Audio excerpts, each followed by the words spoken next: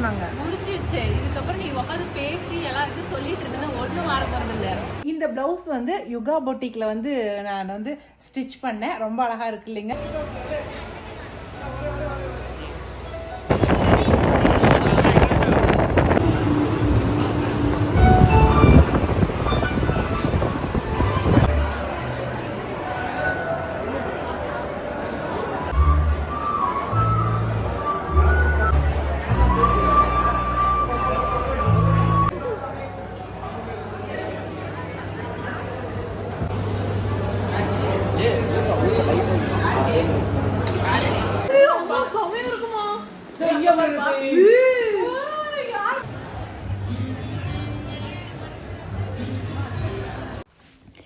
எல்லாருக்கும் வணக்கம். இது நம்ம காக்கை கூட்டம். இன்றைக்கி நம்ம பார்க்க போகிறது வந்து ரிசப்ஷன் வீடியோ தாங்க.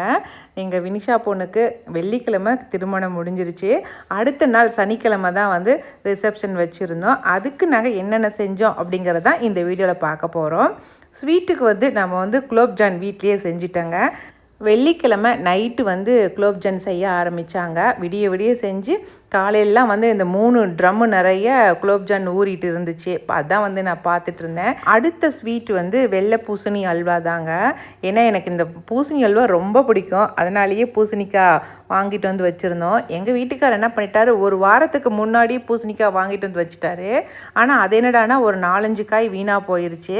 நாம் எப்போ காட்டில் பறித்து வச்சா 1 மாதம் நாள் நல்லாவே இருக்குங்க.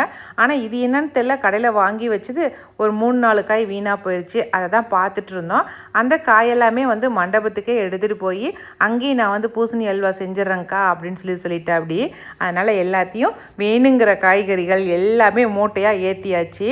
ஏன்னா மதியத்துக்கு வந்து கொஞ்சம் ரொம்ப வந்து சிம்பிளாக ஒரு தக்காளி சாதம் மட்டும் இருக்கிறவங்களுக்கு செஞ்சுக்கலாம். அதுக்கப்புறம் நைட்டு டிஃபனுக்கு வந்து ரெடி பண்ண ஆரம்பிச்சிட்றேன் அப்படின்னு சொல்லிட்டு இங்கே இருக்கிற வாங்கி வச்சுருக்கிற பொருட்கள் அத்தனையும் டெம்போவில் ஏற்றிக்கிட்டேன். அப்படி ரிசப்ஷனுக்கு சமையல் முழுக்க வந்து நம்ம கார்த்தி தம்பி தாங்க செய்ய போகிறோம். அப்படி எங்கள் வீட்டு மாதம்பட்டி ரங்கராஜன் யாருன்னா அது எங்கள் கார்த்தி தம்பி தான். சூப்பராக செஞ்சுருந்தா. அப்படி எல்லா பொருட்களையும் எடுத்துக்கிட்டு ஆட்டோ வந்து கிளம்பிருச்சுங்க மண்டபத்துக்கு.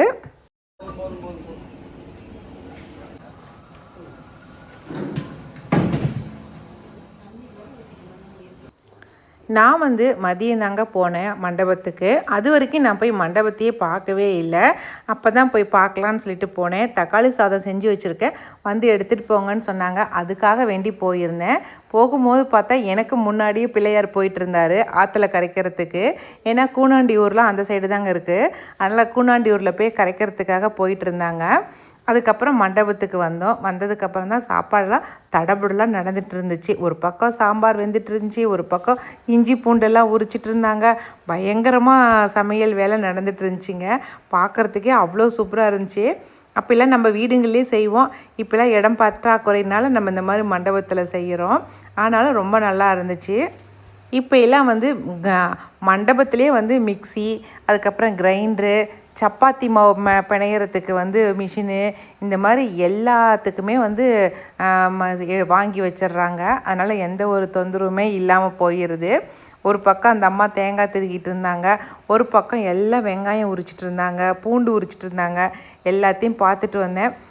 இதுதாங்க டைனிங் ஹாலு. டைனிங் ஹாலை பார்த்ததுக்கப்புறம் தான் எனக்கு தெரிஞ்சிச்சு, டைனிங் ஹால் சின்னதாக இருக்குது, என்னடா பண்ணுறது அப்படின்னு எனக்கு ஒரே டென்ஷன் ஆயிடுச்சு. சரி போய் அவர்கிட்ட சொல்லலாம் அப்படின்னு நினச்சிட்டு இருந்தேன். அதுக்குள்ளே சாப்பாடெல்லாம் ரெடி ஆயிடுச்சுக்கா, ஒரு 5 நிமிஷம் இருங்க, தம் எடுத்துட்றேன் அப்படின்னு சொல்லி சொன்னேன். அப்படியே என்ன தாளிக்கிறாங்கன்னு வந்து பார்த்தேன். ஏதோ வெஜிடபிள் ரைஸுக்கு தாளிச்சிட்டு இருப்பாங்க போல் இருக்குது. 4-5 ஆளுங்களை கூட்டிகிட்டு வந்திருந்தா. அப்படி அது இல்லாமல் பொண்ணுங்களுமே நிறைய பேர் வந்திருந்தாங்க.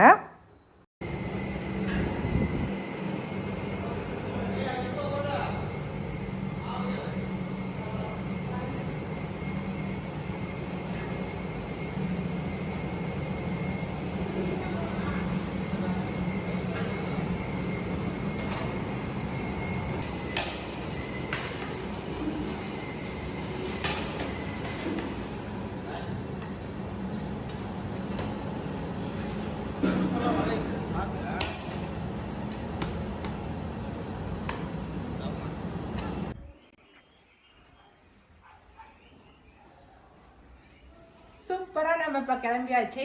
ரெண்டு அவுட்ஃபிட் எப்படி இருக்குன்னு சொல்லி சொல்லுங்கள். இதுவும் நம்ம தறி சாரீ தான். இது சூப்பரான கலரில் எடுத்திருக்கேன். பிஸ்கெட் கலர் அழகாக இருக்கான்னு சொல்லி சொல்லுங்கள்.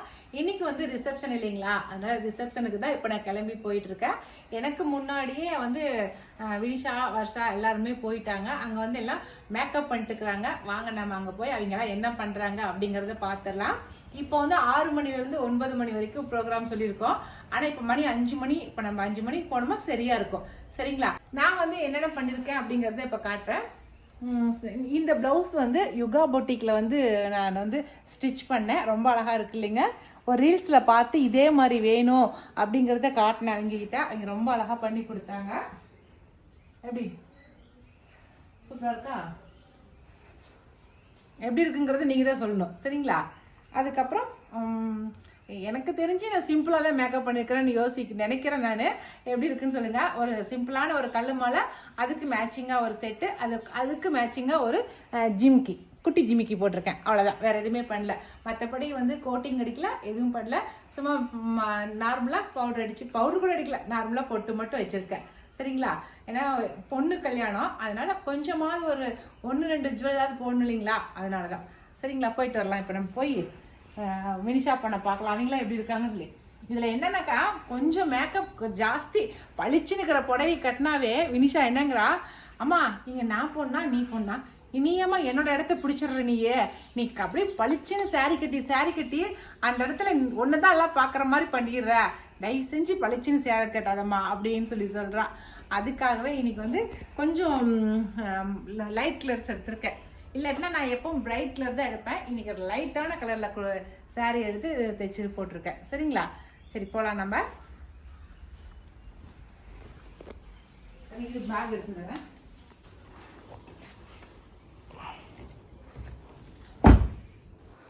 மேக்கப் வந்து நம்ம பிரியாஸில் தாங்க செஞ்சுருந்தாங்க. ஆனால் எனக்கு வந்து பின்னாடி தலைமுடி வந்து எனக்கு திருப்தியாக இல்லைங்க. நான் என்ன சொல்லியிருந்தேனாக்கா, அந்த மெர்சி ஜடைன்னு சொல்லுவாங்க, ஒரு மாதிரி அகலமான ஜடை போடுவாங்க, அது போட்டு அவளுடைய சாரீக்கு தகுந்தபடி பூ வச்சு, அதே கலர் பூ வச்சு மேலேருந்து ஒரு 4 ஸ்டெப் வந்து பூ வைக்க சொல்லி தான் நான் சொல்லியிருந்தேன். நான் சொல்லும் போது அப்படி தான் சொல்லி அந்த மாதிரி பண்ணிட்டு வந்தேன். ஆனால் நான் வந்து அவங்க மேக்கப்புக்கு வந்ததுக்கப்புறம் விட்டுட்டு நான் வீட்டுக்கு போயிட்டேன். வீட்டில் ட்ரெஸ் பண்ணிட்டு வரத்துக்கு. நான் வந்து பார்க்கும்போது அவள் மட்டும்தான் இருந்தா. அதுக்குள்ளே அவங்க வந்து எல்லாம் மேக்கப் பண்ணி விட்டுட்டு போயிட்டாங்க. ஆனால் பார்த்தாக்கா 3 தாமரைப்பூவை எடுத்து சொருகி விட்டுட்டு அந்த ஜடையை நீட்டமாக பண்ணி விட்டு போயிட்டாங்க. எனக்கு அது சுத்தமாக பிடிக்கவே இல்லைங்க. நாம் ஒன்று சொன்னால் அதை அப்படியே அவங்க செஞ்சுருக்கணும். ஆனால் அவங்க அந்த மெர்சி ஜடையிலேயே இது ஒரு டைப்பு அப்படின்னு சொல்லி இதை பண்ணி விட்டுருக்காங்க. எனக்கு இது உண்மையாலுமே எனக்கு சாட்டிஸ்ஃபைடாகவே இல்லை. எனக்கு அது ரொம்ப கஷ்டமாக இருந்துச்சு. ஏன்னா நம்ம விருப்பப்படுறது ஒன்று, ஆனால் அவங்களோட விருப்பம் இதில் திணிக்கக்கூடாது இல்லைங்களா. நான் இருந்திருந்தால் அந்த இடத்துல இது போடவே கூடாது, அது நான் கேட்டது தான் நீங்கள் போடணும் அப்படின்னு நான் சொல்லியிருந்திருப்பேன். இந்த பொண்ணுக்கு எதுவும் தெரியல, இந்த பொண்ணு பேசாமல் விட்டுட்டா. அது எனக்கு கொஞ்சம் ரொம்ப வருத்தமாக போச்சு.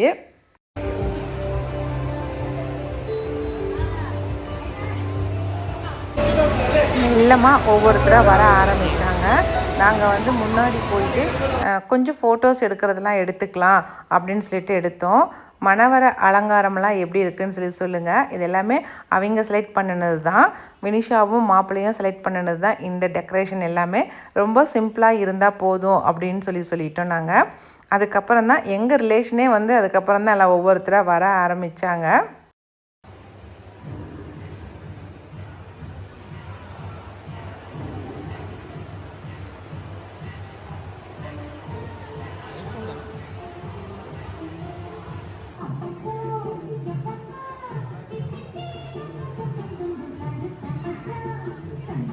முக்கியமாக வந்து நீங்கள் யாருமே ஒன்று கவனிக்கவே இல்லைங்க.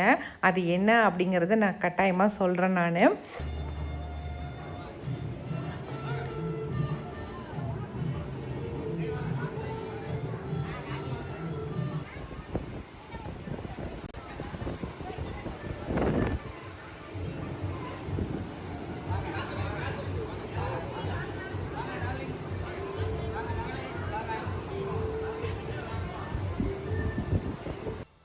உங்களுக்கு இடது பக்கம் இருக்கிறது வந்து மாப்பிள்ளையோட அப்பா, நடுகாண்ட க்ரீன் கலர் சாரியில் இருக்கிறது வந்து மாப்பிள்ளையோட அம்மாங்க.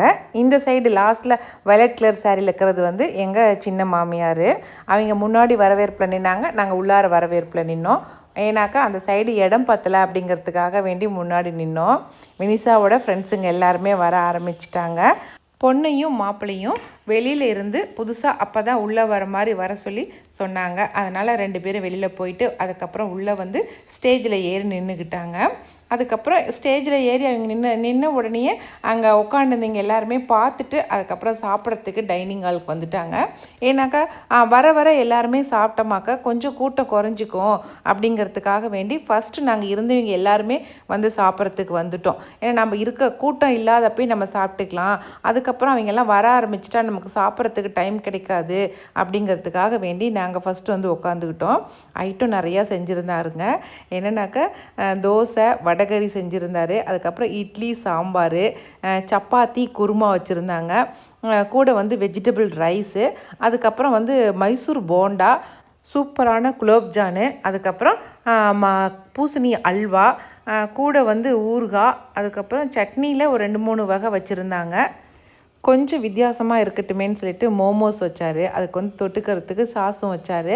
அதுக்கப்புறம் வெளியில் வந்து பருத்தி பால் வச்சாங்க. பருத்தி பால் எல்லாருமே ரொம்ப நல்லா இருக்குன்னு சொன்னாங்க. ஒரு மாதிரி காரமாக நல்லா இருந்துச்சு பருத்தி பால். அதுக்கப்புறம் பஞ்சு மிட்டாயி, அதுக்கப்புறம் பீடா, கூடவே வந்து ஐஸ்கிரீமு, நிறைய ஐட்டம் வச்சுருந்தாங்க. நாங்கள் எதுவுமே சாப்பிடல. சாப்பாடு மட்டும்தான், டிஃபன் மட்டும்தான் சாப்பிட்டோம். அதுக்கு தான் எங்களுக்கு டைம் கிடச்சிச்சு. இதெல்லாம் சாப்பிட்டு முடிச்சுட்டு கடைசியாக ஒயிட் ரைஸு, சாம்பார், ரசம் இதுவும் கொடுத்துருந்தாங்க. மோமோஸு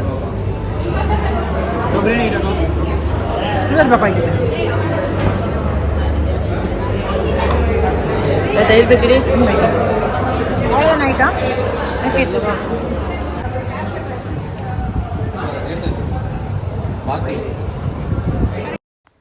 நான் சொன்னேன் இல்லைங்களா, டைனிங் ஹால் வந்து சின்னதாக இருக்குது, என்ன பண்ணுறதுன்னு சொல்லி பார்த்துட்டு போனேன்னு சொல்லி போய் எங்கள் வீட்டுக்கார்ட்ட சொன்னேன். உடனே அவர் என்ன பண்ணாருனாக்கா, வெளியில் சைடில் வந்து ஷெட்டு போட்டிருந்தாங்க, பஃபேக்காக செட்டு போட்டிருந்தாங்க. அந்த ஷெட்டில் வந்து மறுபடியும் சேர்ஸ் கொண்டு வந்து போட்டு, டேபிள்ஸ் போட்டு, அதில் கொஞ்சம் ஒரு 150 பேர் உட்காந்து சாப்பிட்ற மாதிரி அந்த இடத்த கொஞ்சம் ரெடி பண்ணி விட்டுட்டாரு.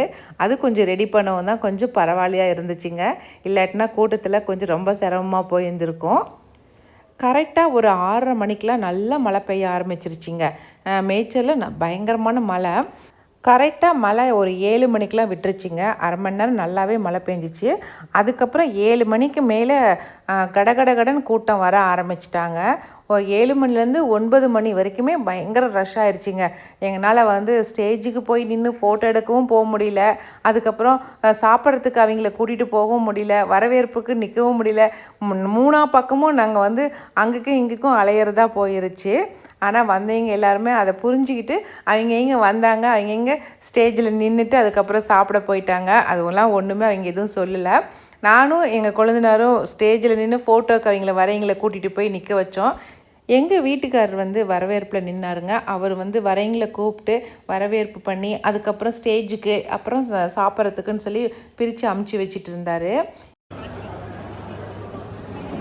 இவங்க வந்து திருச்சியில் இருக்காங்க. நம்ம குடும்பத்தை சேர்ந்த சப்ஸ்கிரைபர் தான் இவங்க வந்து தனியாகவே வந்துட்டாங்க திருச்சியிலேருந்து. எனக்கு இது ரொம்ப சந்தோஷமாக இருந்துச்சு. எதேச்சியாக ஹாலில் டைனிங் ஹாலில் பார்த்தது எனக்கு ஆச்சரியமாக போயிருச்சு. அதே போல் தான் எங்கள் வீட்டுக்காரருடைய ஃப்ரெண்ட்ஸுங்களும் சென்னையிலேருந்து ரொம்ப தூரத்துலேருந்துலாம் வந்துட்டாங்க. ஆனால் இதெல்லாம் ரொம்ப சந்தோஷம் தானுங்களா. நமக்காக இவ்வளோ தூரத்துலேருந்து மெனக்கெட்டு வந்திருக்காங்க அப்படிங்கும் போது எங்களுக்கு ரொம்ப சந்தோஷமாக இருந்துச்சு. நம்ம வர்ஷா பொண்ணும் விகாஸ் தம்பி எப்படி இருக்கான்னு சொல்லி சொல்லுங்கள். 2 பேரும் வந்து அப்போ தான் வந்தாங்க. அவ்வளோ நேரம் ஆயிடுச்சு இந்த பொண்ணு வந்து மேக்கப் பண்ணிவிட்டு கிளம்பி வர்றதுக்கு.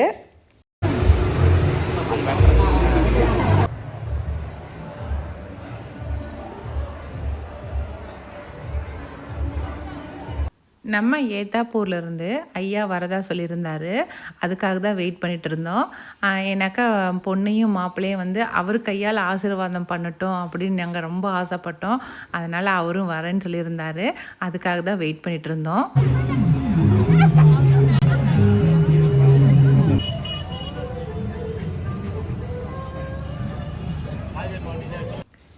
கரெக்டாக இந்த டைம் தாங்க பயங்கர ரஷ்ஷான டைமாக ஆயிடுச்சு.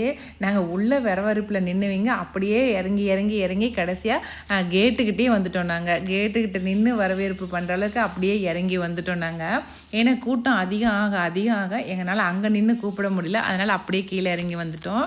இப்போ தான் வந்து ஐயா வந்தார். ஐயா வந்தோடனே எல்லாருமா ஓடி போய் எல்லோரும் வணக்கம் வச்சாங்க. கூடவே வந்து அக்காவும் வந்திருந்தாங்க, அவங்க தம்பி சம்சாரமும் வந்திருந்தாங்க. அதுதான் ஹைலைட்டு. இவங்க 2 பேரும் வந்தது ரொம்ப சந்தோஷமாக போயிடுச்சு. கூட அவங்களோட சிசிய பிள்ளைகள் நிறைய பேர் வந்திருந்தாங்க. நான் வந்து உங்களுக்கு லைவாகவே போட்டிருப்பேன் நான். ஏன்னாக்கா பின்னாடி வந்து பாட்டு போட்டிருக்காங்க, அதனால் வந்து காப்பி ரைட்ஸ் வந்துடும். அதனால தான் வந்து லைவாக போடாமல் உங்களுக்கு நான் வந்து வாய்ஸ் கொடுக்குறேன் நான் பின்னாடி இருந்து. நான் வந்து ஒன்று சொன்னேன் இல்லைங்களா, நீங்கள் எல்லாருமே ஒன்று கவனிக்க மறந்துட்டீங்க அப்படின்னு சொல்லிட்டு, அது இப்போ நான் சொல்கிறேன். எனக்கு வந்து அப்பாவும் கிடையாது அம்மாவும் கிடையாதுங்கிறது உங்களுக்கு எல்லாருக்கும் தெரியும். ஆனால் எங்கள் வீட்டுக்காருக்கு வந்து அப்பாவும் இருக்காங்க அம்மாவும் இருக்காங்க. ஆனால் வந்து எங்கள் மாமனார் தான் வந்து ரொம்ப ஆசைப்பட்டார் இந்த கல்யாணம் பண்ணணும் அப்படின்னு. ஏதாவது 2 பேர்த்துல யாருக்காவது ஒருத்தருக்கு கல்யாணம் பண்ணுப்பா, நான் பார்க்கணுன்னு சொல்லி சொன்னார். ஆனால் ஒரு 4 நாளைக்கு கல்யாணத்துக்கு 1 வாரத்துக்கு முன்னாடியே அவருக்கு உடம்பு சரியில்லை. அதனால் கொண்டு போய் ஹாஸ்பிட்டலில் பெட்டில் அட்மிட் பண்ணியிருக்கோம். அதனால் எனக்கு வந்து அவரும் வந்து ஆசீர்வாதம் பண்ணுறதுக்கு இல்லாமல் போச்சே அப்படின்னு எனக்கு ரொம்ப வருத்தம் எனக்கு. அந்த சமயத்தில் எனக்கு ஐயா ஒய்ஃபும் வந்து எங்கள் குழந்தைங்கள ஆசீர்வாதம் பண்ணுறாங்க அப்படிங்கும்போது எனக்கு அதுக்கு ரொம்ப மனசுக்கு நிறைவாக இருந்துச்சு.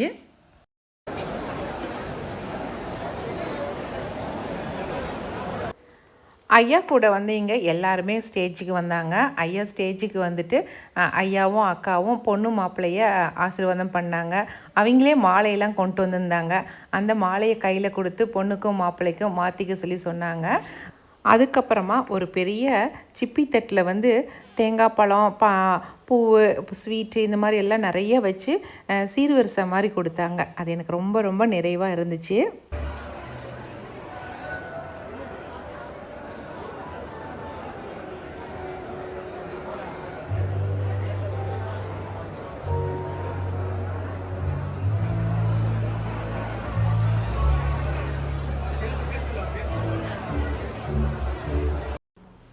ரெண்டு பேரும் மாலையை மாற்றிக்கிட்ட பிறகு பட்டு துண்டால் வந்து 2 பேர்த்துக்கும் சால்வையாட்டம் போத்தி விட்டார். அதுக்கப்புறமா கொண்டு வந்த பழக்கோடைங்களை கொடுத்தாங்க. கொடுத்ததுக்கு அப்புறமேட்டு அக்கா கையால் வந்து 2 பேர்த்துக்கும் குங்குமமும் திருநீரும் வச்சு விட்டாங்க. அதுவே ரொம்ப சந்தோஷமாக இருந்துச்சு எங்களுக்கு. எங்கள் மாமனார் இல்லாத குறைய வந்து ஐயா வந்து தீர்த்து வச்சது எனக்கு ரொம்ப ரொம்ப மன நிறைவை கொடுத்துச்சு. அடுத்ததாக குரு சுப்பிரமணிய சுவாமியோடைய ஃபோட்டோ தாங்க நம்மக்கிட்ட கொடுத்தாங்க. அந்த ஃபோட்டோவை பார்த்துனே முருகரே எங்கள் வீட்டுக்கு வந்ததாக நினச்சிக்கிட்டேன் நான். அதுக்கப்புறமா எல்லாருமா ஒரே ஃபேமிலியாக நின்று ஃபோட்டோ எடுத்துக்கிட்டோம். இதில் என்ன ரொம்ப சந்தோஷம் அப்படின்னாக்கா, அங்கே அவர் கூட வந்தீங்க எல்லாருமா சேர்ந்து ஒட்டுக்காக ஸ்டேஜ்லேயே உட்காந்துக்கிட்டாங்க. எல்லாருமே நிறைய பேர் கீழே உட்காந்துக்கிட்டாங்க, பாதி பேர் நின்றுக்கிட்டாங்க. எல்லாருமா ஒன்றா சேர்ந்து உட்காந்து ஒரு ஃபோட்டோ எடுத்தோம். இது மாதிரி தான் வந்து ஃபேமிலி ஃபோட்டோ எடுக்கணும்னு நினச்சிட்டு இருந்தேன். ஆனால் அதுக்கு எனக்கு வாய்ப்பே கிடைக்கல. ஆனால் ஐயா மூலியமா அந்த வாய்ப்பு எங்களுக்கு வந்து ஏற்பட்டுச்சு.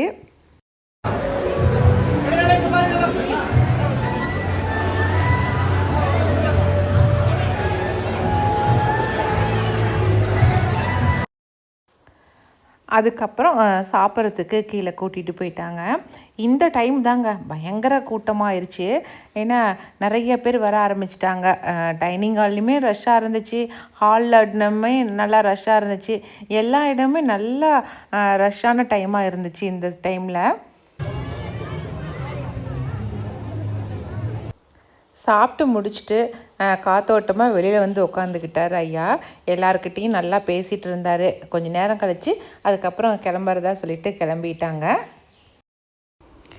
இந்த சமயத்தில் நான் வந்து உங்கள் கூட ஒரு விஷயத்தை ஷேர் பண்ணிக்கணும். எனக்கு வந்து சிங்கப்பூர்லேருந்து ஒரு சப்ஸ்கிரைபர் வந்து இருக்கார். உங்களுக்கு ஏற்கனவே தெரியும்னு நான் நினைக்கிறேன். அவர் வந்து எங்களுக்கு வந்து ஜாம் வந்து அந்த வெளிநாட்டு ஜாமெல்லாம் வாங்கி எனக்கு கொடுத்து விட்டுருக்காரு. நம்ம வீட்டுக்கு வந்துட்டு போனார். அவர் வந்து ஒரு கிஃப்ட் ஒன்று வாங்கி பாப்பாவுக்கு அமுச்சு விட்டார். ரொம்ப சூப்பராக இருந்துச்சுங்க அந்த கிஃப்ட்டு. அந்த கிஃப்ட்டு என்னங்கிறத நான் காட்டுறேன் உங்களுக்கு. அவர் வந்து ஒரு ஆள் அவங்க ரிலேஷனில் ஒருத்தர்கிட்ட அதை கிஃப்ட்டை வாங்கி கொடுத்து அவங்க கார் போட்டு அவங்களே நம்ம ரிசப்ஷனுக்கு அனுப்பி விட்டார். இந்த அளவுக்கு எஃபெக்ட் எடுத்து பண்ணணும் அப்படின்னா அதுக்கு ஒரு பெரிய மனசு வேணும். அவருக்கு நான் வந்து எப்படி நான் நன்றி சொல்லுவேன் அப்படிங்கிறதே எனக்கு தெரியல.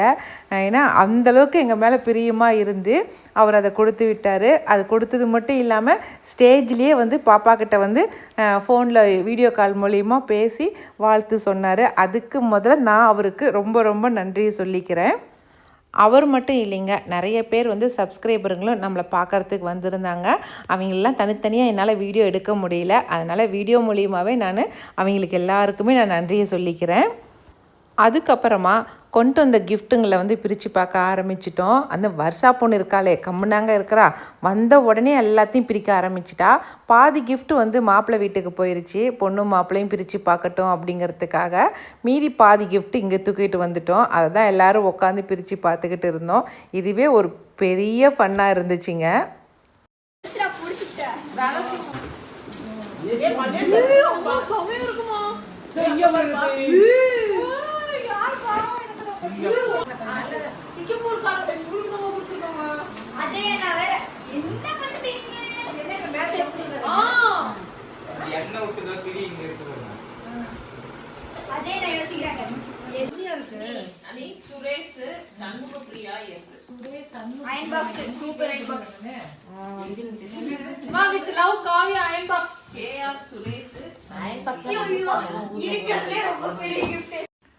யார் யார் என்ன gift கொடுத்தாங்களோ அதையெல்லாம் பார்த்து பார்த்து ஒரு நோட்டு போட்டு எழுதி வச்சுக்கிட்டேன். அப்போ தான் யார் என்ன கொடுத்தாங்கன்னு தெரியுங்கிறதுக்காக.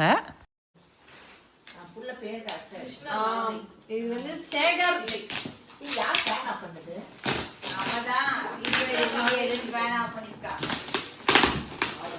மில்டன்ல இருந்துமா ஒரு செட்டு டைனிங் செட். அவ்வளோதாங்க, இன்றைக்கி இந்த வீடியோ இதோட முடிஞ்சிருச்சுங்க. இந்த வீடியோ பிடிச்சிருக்கும் அப்படின்னு நான் நினைக்கிறேன். பிடிச்சிருந்துச்சினாக்கா லைக் பண்ணுங்கள், மறக்காமல் நம்ம காக்கை கூட்டத்துக்கு சப்ஸ்கிரைப் பண்ணிடுங்க. இனி அடுத்த ஒரு புது வீடியோவில் சந்திக்கலாம். எங்கள் வினிஷா பொண்ணுடைய ரிசப்ஷனை தான் ஒரு வீடியோவை எடுத்து காட்டியிருக்கேன். எப்படி இருக்குது அப்படிங்கிறத நீங்கள் கமெண்ட்ஸில் சொல்லுங்கள்.